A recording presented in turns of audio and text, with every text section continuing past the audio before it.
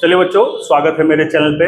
आज हम स्टार्ट करने वाले हैं बेसिक डायरेक्ट टैक्स का। ठीक है, आगे आने वाले क्लासेस में हम आपको बहुत सारी क्लासेस का वीडियो लगाएंगे, जिसको अगर आप घर बैठे हुए रिवीजन करना चाहें या घर बैठे हुए पढ़ना चाहें तो आप मेरी वीडियो से क्लासेस पढ़ सकते हैं। ठीक है ना। देखिए, वैसे सीधा क्लास को शुरू करते हैं हम। देखिए, डायरेक्ट टैक्स की बात हम करते हैं। डायरेक्ट टैक्स वैसे देयर इज याद रखिएगा, there is no legal definition of tax in India. There is no legal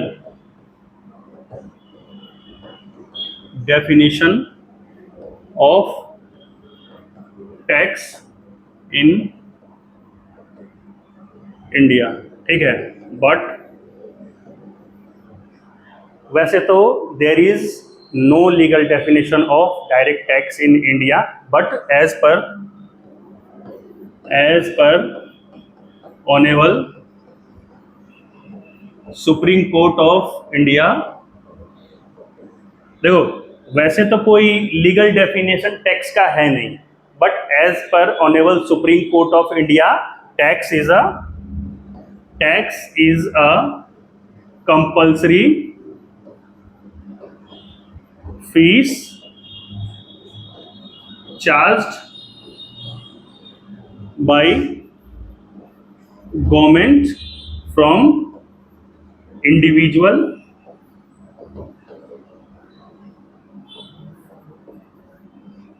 and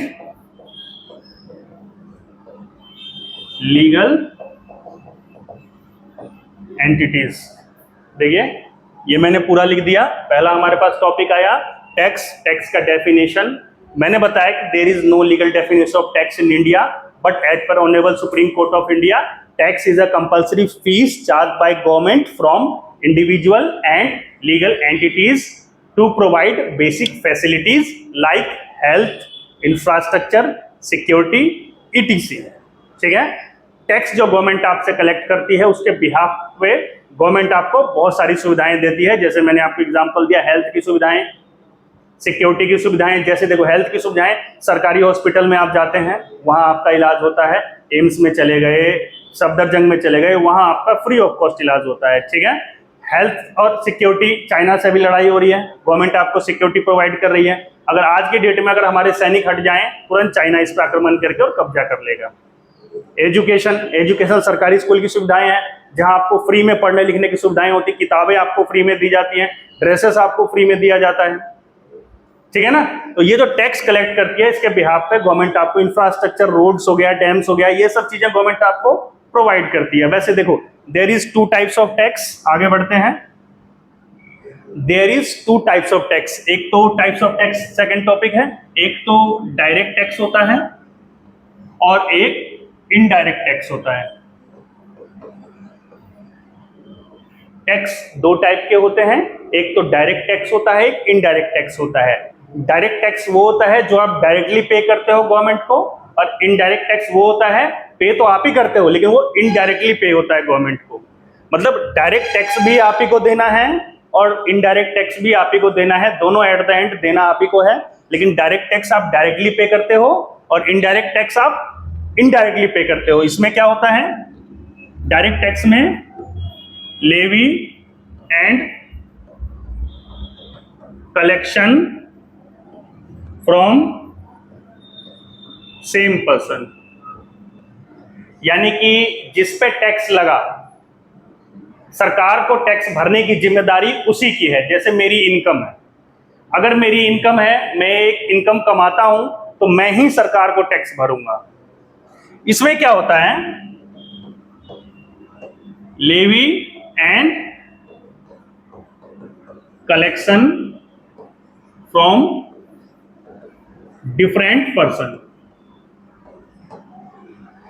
अब क्या है कि देखो, इसमें क्या होता है कि टैक्स लगता किसी और पे है, कलेक्शन किसी और से होता है। जैसे मैं एक एग्जांपल बताता हूं।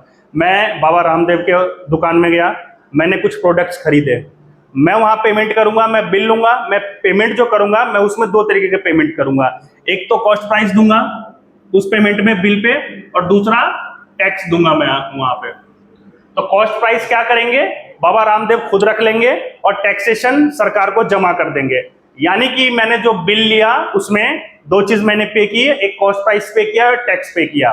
दोनों ही पे करने की जिम्मेदारी मेरी ही थी, वसूला मेरे से ही गया, लेकिन मेरे बिहाफ पे जमा किसने किया?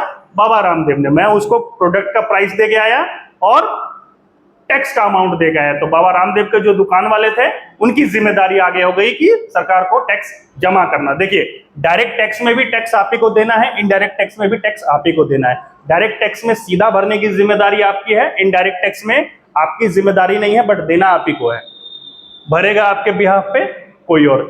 एग्जाम्पल एक और, रेस्टोरेंट में मैं खाना खाने जाता हूँ 5 स्टार में, वहां दो तरीके का बिल पे करता हूँ। एक तो पे करता हूँ जो प्रोडक्ट मैंने कंज्यूम किया, और प्लस टैक्सेशन पे करता हूं। तो वो मेरे से दो तरीके का चार्ज वसूल करते हैं 5 स्टार में, एक तो खाने का बिल प्लस टैक्स वसूल करते हैं।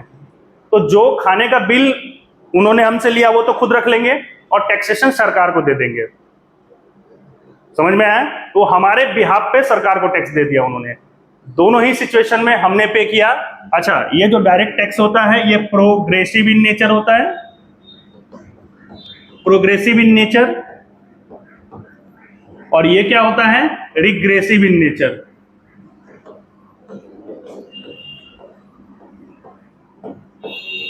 ठीक है, डायरेक्ट टैक्स होता है प्रोग्रेसिव इन नेचर और इनडायरेक्ट टैक्स होता है रिग्रेसिव इन नेचर। प्रोग्रेसिव और रिग्रेसिव क्या होता है? तो पहले प्रोग्रेसिव समझते हैं। पहला पॉइंट आपको समझ में आया? लेवी मतलब होता है चार्ज। लेवी मतलब होता है charge, charge and collection from same person, charge and collection from different person. At the end tax पे करने की जिम्मेदारी आप ही की है। ठीक है, पहला पॉइंट क्लियर हुआ। आइए दूसरे पे। Direct tax progressive in nature होता है, indirect tax regressive in nature होता है। प्रोग्रेसिव क्या होता है पहले ये समझते हैं। प्रोग्रेसिव ये हुआ जैसे जैसे आपकी इनकम बढ़ी, जैसे जैसे आपकी इनकम बढ़ी, 5 लाख है आपकी इनकम, 10 लाख है, 15 है, 20 है, 25 है, 50 है, 1 करोड़, 2 करोड़, 5 करोड़, जैसे जैसे आपकी इनकम बढ़ी टैक्स लायबिलिटी भी आपकी बढ़ गई। यानी कि आप कम कमा रहे हैं, अगर आप 5 लाख तक कमा रहे हैं तो आपको 5% टैक्स देना है। 5 लाख से 10 लाख हुआ तो 10%, और 10 से ऊपर हुआ तो 20%। इसके अलावा आप 50 लाख से ऊपर गए, 1 करोड़ से ऊपर गए तो सरचार्ज इत्यादि आपके शामिल हो जाता है। तो आपने एक चीज नोटिस किया कि जैसे जैसे आपकी इनकम बढ़ी आपके टैक्स रेट भी बढ़ते गए और आपको सरकार को ज्यादा टैक्स देना पड़ा। This is called progressive in nature. समझ में आया? समझ में आया प्रोग्रेसिव इन नेचर? चलिए रिग्रेसिव इन नेचर समझते हैं। एक अमीर आदमी एक प्रोडक्ट को खरीदने आया और एक गरीब आदमी भी उसी प्रोडक्ट को खरीदने आया, दोनों को उस प्रोडक्ट के लिए सेम प्राइस पे करना पड़ा। This is called regressive in nature. यानी कि देखो, एक गरीब आदमी भी सेम प्रोडक्ट कंज्यूम कर रहा है, एक अमीर आदमी भी सेम प्रोडक्ट कंज्यूम कर रहा है, दोनों को ही सेम प्राइस एक प्रोडक्ट का पे करना पड़ रहा है। This is called regressive in nature. Generally अमीर आदमी को ज्यादा प्राइस पे करना चाहिए जो कि नहीं कर रहा है वो। ठीक है, इसे कहते हैं रिग्रेसिव इन नेचर। समझ में आया? इसमें burden of tax can not be shifted, और इसमें burden of tax can be shifted. ठीक है, इसमें देखिए burden of tax can not be shifted, burden of tax can be shifted. यानी कि अगर मेरी इनकम है तो टैक्स भरने की जिम्मेदारी मेरी ही है। ऐसा थोड़ी ना होगा कि मैं कमाऊंगा मेरे बिहाफ पे मेरे पापा टैक्स भर देंगे, बिल्कुल नहीं। टैक्स भरने की जिम्मेदारी मैं कमा रहा हूं तो मेरे को ही है, ये डायरेक्ट टैक्स के हिसाब से। ठीक है, इनडायरेक्ट टैक्स के हिसाब से जब आप रेस्टोरेंट में खाने गए, आपने खाने के साथ साथ टैक्स भी पे किया, टैक्स भरने की जिम्मेदारी रेस्टोरेंट की हो गई। तो क्या हुआ कि आपने अपना टैक्स भरने का बर्डन किसी और पे शिफ्ट कर दिया वहां। ठीक है, और यहां क्या हुआ कि आप कमा रहे हैं, आप ही को टैक्स देना है, और यहां आप टैक्स तो आप ही को देना है लेकिन आपके बिहाफ पे कोई और भर रहा है। यानी बर्डन आप अपने टैक्स भरने की किसी और पे शिफ्ट कर रहे हैं। समझ में आया? इसका देखिए अगला है no direct impact on inflation, और इसका होता है डायरेक्ट इंपैक्ट ऑन इन्फ्लेशन। देखिए, इसका कोई डायरेक्ट इंपैक्ट नहीं होता है इन्फ्लेशन पे, महंगाई पे। इन्फ्लेशन मतलब होता है महंगाई, डायरेक्ट टैक्स का कोई डायरेक्ट इंपैक्ट नहीं होता है महंगाई पे, इससे कोई फर्क नहीं पड़ता है डायरेक्ट टैक्स से महंगाई पे। लेकिन इनडायरेक्ट टैक्स से महंगाई पे फर्क पड़ता है। एग्जांपल, अगर पेट्रोल के दाम में आज 10 रुपए लीटर बढ़ा दूं, पेट्रोल के दाम में कल से 10 रुपए लीटर बढ़ा दूं या आज से 10 रुपए लीटर बढ़ा दूं, तो जो भी आप प्रोडक्ट कंज्यूम करते हो, जैसे सब्जी हो गया, खाने का जो आइटम हो गया, ग्रोसरी आइटम हो गया, सबके कीमत में 1 से 2 रुपए की बढ़ोतरी आप देखोगे। तो ये डायरेक्ट इंपैक्ट करता है इन्फ्लेशन पे, और ये डायरेक्ट इंपैक्ट नहीं करता है इन्फ्लेशन पे। ठीक है ना, समझ में आया? तो ये था टाइप्स, 2 टाइप के टैक्स होते हैं। एक तो डायरेक्ट टैक्स होते हैं जो डायरेक्ट आप पे करते हो, और एक इनडायरेक्ट टैक्स होता है जो कि इनडायरेक्टली आप पे करते हो। ठीक है, डायरेक्ट टैक्स में बर्डन आप ही का है, इनडायरेक्ट टैक्स में burden can be shifted. Direct tax progressive in nature होता है, indirect tax regressive in nature होता है। डायरेक्ट टैक्स का इन्फ्लेशन पे कोई फर्क नहीं पड़ता है, इनडायरेक्ट टैक्स पे इनडायरेक्ट टैक्स का इन्फ्लेशन पे इंपैक्ट पड़ता है। समझ में आया? आगे बढ़ते हैं। पॉइंट नंबर 3 है हमारा schedule 7th of Indian constitution. इसमें 3 लिस्ट होते हैं, list 1 union list, list 2 state list और लिस्ट 3 कंकरेंट लिस्ट। अच्छा, ये लिस्ट क्या होता है? अच्छा, इसमें कुछ मैटर्स होते हैं, जैसे यूनियन लिस्ट में कुछ मैटर है, स्टेट लिस्ट में कुछ मैटर है। जैसे दारू, दारू जो आप पीते हो, दारू हमारा स्टेट लिस्ट में आता है। यानी कि दारू के संबंधित अगर कोई कानून बनेगा, वो कानून सिर्फ स्टेट गवर्नमेंट बना सकती है, सेंट्रल गवर्नमेंट के पास पावर नहीं है दारू को बैन करने का।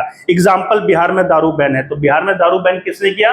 नीतीश कुमार की जो सरकार थी, उन्होंने बिहार में दारू बैन किया। तो ये फैसला किसको लेना था? मोदी को तो लेना नहीं था, ये फैसला नीतीश कुमार ने लिया, क्योंकि दारू जो है एल्कोहल ह्यूमन कंजप्शन के लिए वो स्टेट लिस्ट में आता है।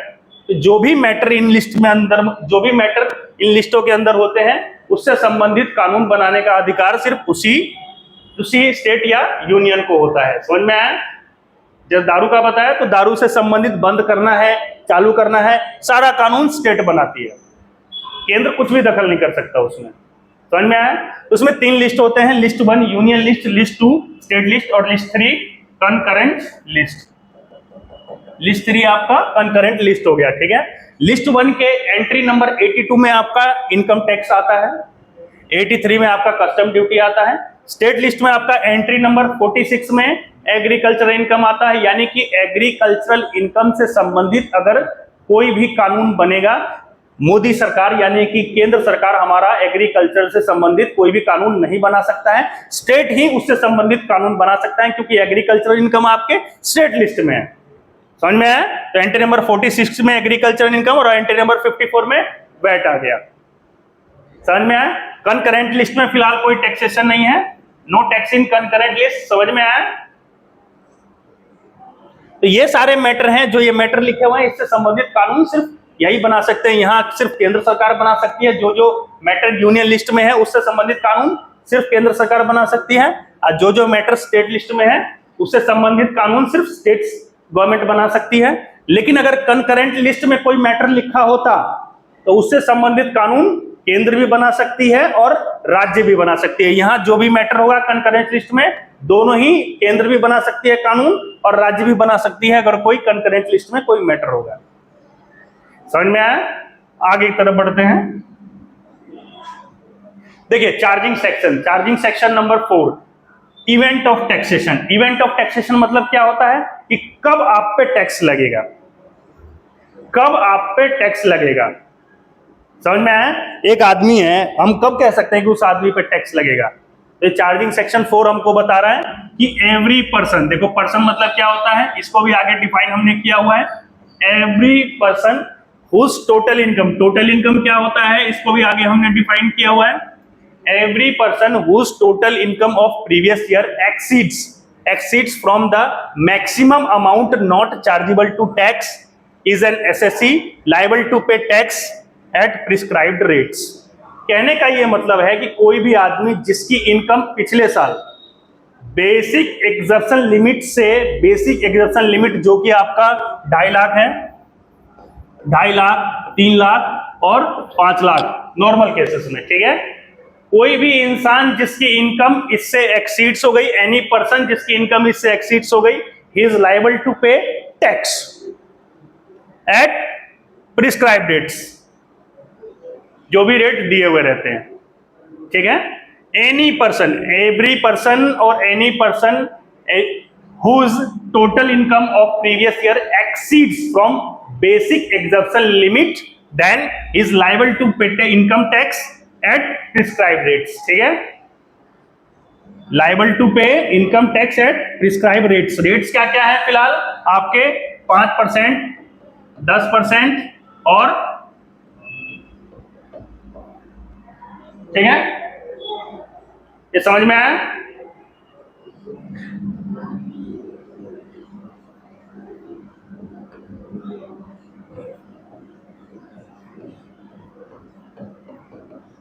पांच परसेंट, 20%, 30% है।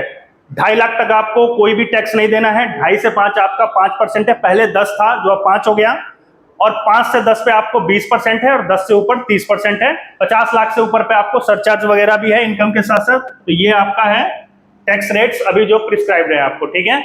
यहां देखिए एवरी पर्सन, पर्सन कौन होता है? पर्सन को मैंने आगे डिफाइन किया हुआ है,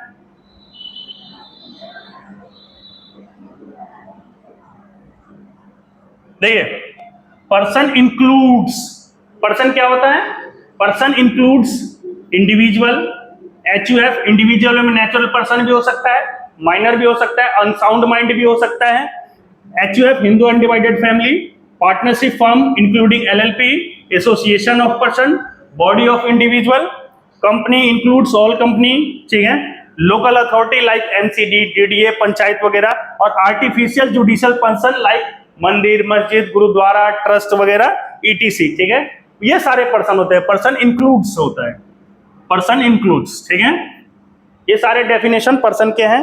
तो आपने चार्जिंग सेक्शन 4 में क्या पढ़ा कि एवरी पर्सन और any person whose total income of previous year exceeds from basic exception limit is liable to pay income tax at prescribed rates, ठीक है। आपने ये पढ़ा। आगे की तरफ पढ़ते हैं, पर्सन के डेफिनेशन में ये पढ़ा, वहां आपने एक और चीज पढ़ी थी, टोटल इनकम। टोटल इनकम का क्या मतलब होता है आगे देखते हैं। देखिए टोटल इनकम है, इनकम फ्रॉम 5 हेड्स होता है, ये टोटल इनकम है। इसको टैक्सेबल इनकम भी कई बार कहा जाता है और नेट इनकम भी कई बार बोल देते हैं, ठीक है। इनकम फ्रॉम 5 हेड्स, 5 हेड्स कौन कौन से हो गए? जो भी 5 हेड्स के इनकम हो, salary, house property, capital gain, TGVP और अदर सोर्सेज, इनसे जो इनकम आएगी उसको आप जोड़ दोगे, वो हमारा बन जाएगा एग्रीगेट ऑफ 5 हेड्स। उसमें ऐड कर देंगे clubbing of income, undisclosed income. Undisclosed income क्या होता है? जिसको आप डिस्क्लोज नहीं कर पाए, उस पे इफेक्टिव रेट ऑफ टैक्सेशन है 78%, इफेक्टिव रेट ऑफ टैक्सेशन है 78%। आगे जाके पढ़ेंगे कैसे 78% हुआ, ठीक है ना। इसमें एडजस्ट कर देंगे carry forward and set of का, ये हमारा निकल के आया ग्रॉस टोटल इनकम। इस ग्रॉस टोटल इनकम से हम डिडक्शन माइनस करेंगे under section 80C to 80U।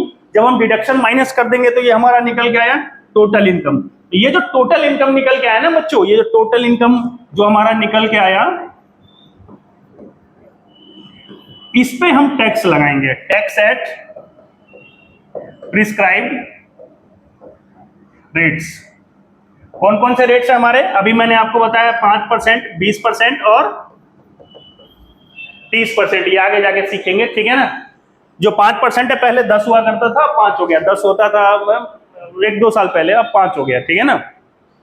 तो ये है बच्चों आपको टोटल इनकम का मतलब कि एग्रीगेट्स ऑफ 5 हेड्स, उसमें आप ऐड कर दोगे क्लबिंग प्लस अनडिस्क्लोज्ड इनकम, उसमें सेट ऑफ कर दोगे adjustment of carry forward and set of, gross total income निकल के आएगा। उस ग्रॉस टोटल इनकम में से डिडक्शन माइनस करोगे under section 80C to 80U, आपका टोटल इनकम निकल के आ जाएगा, और इस टोटल इनकम पे आप टैक्स लायबिलिटी निकालोगे, ठीक है।